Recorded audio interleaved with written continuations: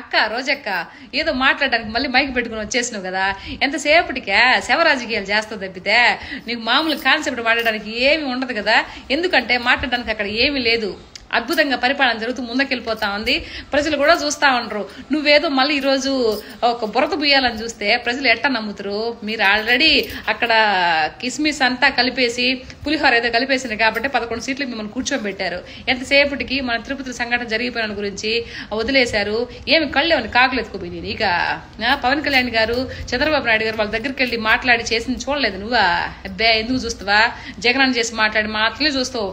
మిగతా ఏ పరిపాలన చేసేదంతా పార్టీ నాయకులు మాట్లాడేదంతా నువ్వు చూడవు కదా. ఇంకో మాట కూడా ఏందో అన్నావు కదా నువ్వు, ఆడపిల్లల మీద అత్యాచారాలు జరిగిపోతా ఉన్నాయి. ఓ మే అక్క చీ మ్యా అని గుర్తులే, ఎంతో ప్రేమగా మ్యా అని పిలుద్దాం అనుకున్నా. అబ్బే వద్దు, నీకు మ్యా సూటిపుల్ అవదులే, నీ మీద నాకు ప్రేమ లేదక్క, అందుకని అక్క అని పిలుస్తా.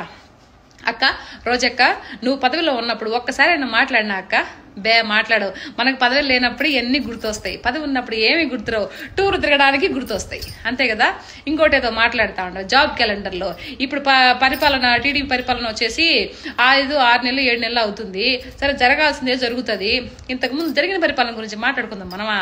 జగన్మోహన్ రెడ్డి అన్న మీరు పరిపాలనలో ఉన్నప్పుడు ప్రతి సంవత్సరం జాబ్ క్యాలెండర్ రిలీజ్ చేస్తా అన్నాడు. చేసినాడా? అడిగే దమ్ముంది నీక? అబ్బే లేదు. ఈ రోజు నీకు మళ్ళీ ముటిక్క అయ్యేసరికి వచ్చిన